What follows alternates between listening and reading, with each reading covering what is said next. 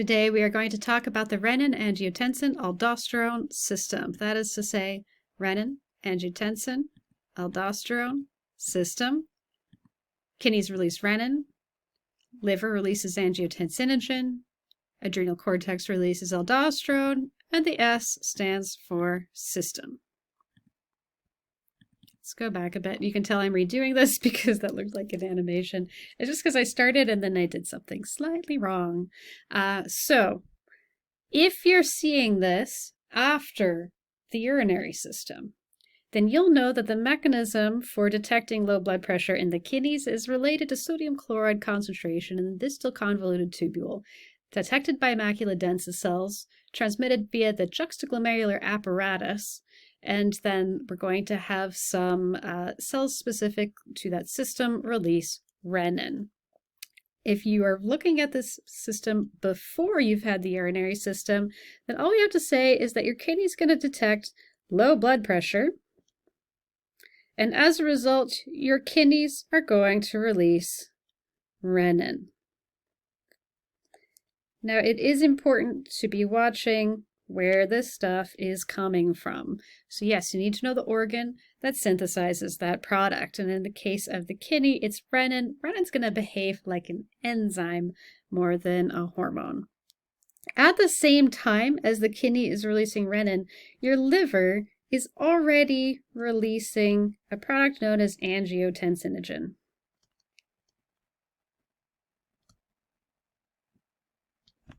Now, angiotensinogen, you can consider this as like an unactivated form. It needs to be altered before it can do anything. So the renin meets up with the angiotensinogen. The renin converts the angiotensinogen into angiotensin 1.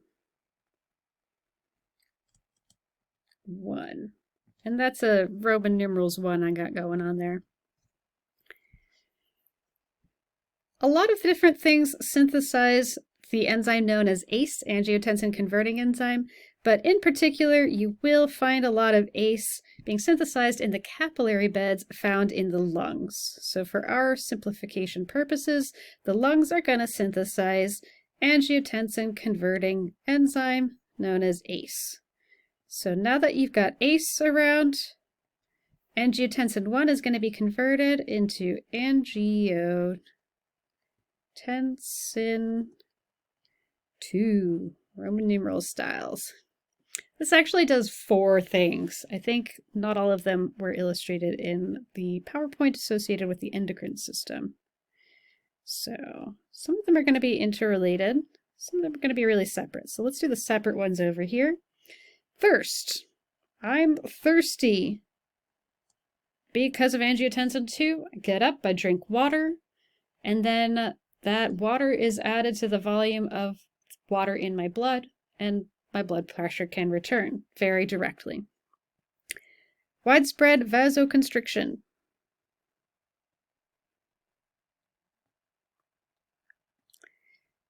The same amount of volume of fluid is now located within a tighter cross-section. That means that there's greater pressure against the walls of the blood vessels. That means blood pressure has increased. So widespread vasoconstriction in and of itself is going to increase blood pressure. So these two things very directly increase blood pressure. But this is also going to trigger the release of 2 different hormones. Aldosterone, as you can tell from the name of the system, is going to be pretty important to this system. Another one is antidiuretic hormone, released by the posterior pituitary. So that posterior pituitary, in response to angiotensin 2, will also release EDH. They're going to have similar, but not identical roles. Aldosterone is going to increase reabsorption of sodium in the kidneys. Where sodium goes, water follows. So therefore, H2O will also be reabsorbed and retained in the body. And guess what? ADH is going to do pretty much the same thing. ADH is going to increase water reabsorption in the kidneys.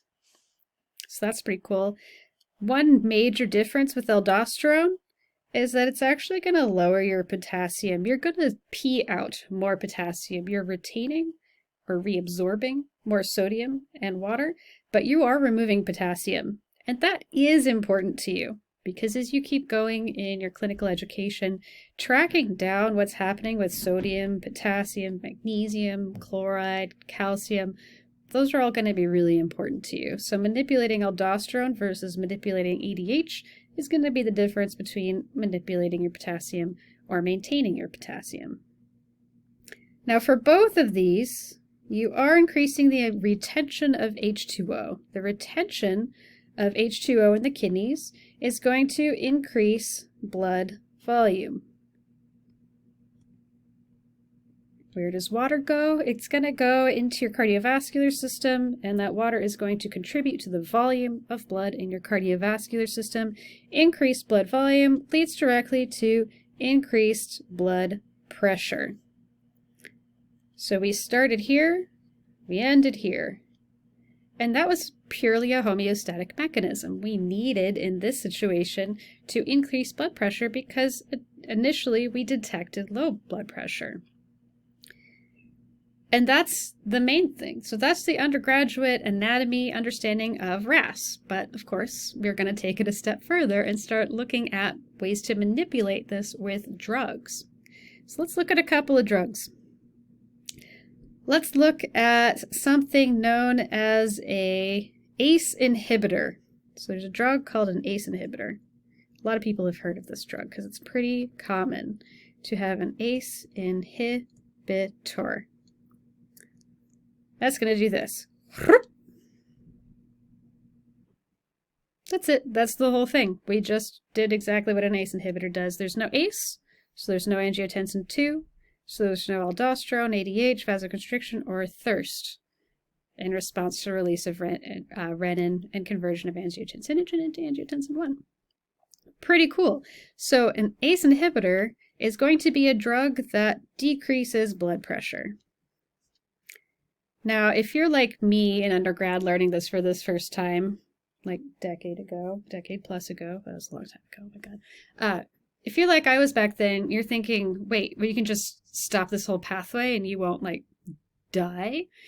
This isn't the only mechanism in controlling blood pressure. As you can see, there are other things. We've already even learned about some of these other things that can raise your blood pressure independent of renin. So you can have like norepinephrine and epinephrine release. That'll cause vasoconstriction too. Every time you drink water, that's going to increase your blood volume. So you have a number of other mechanisms that can control your blood pressure. So you're not going to like bottom out in your blood pressure if you're taking ACE inhibitors.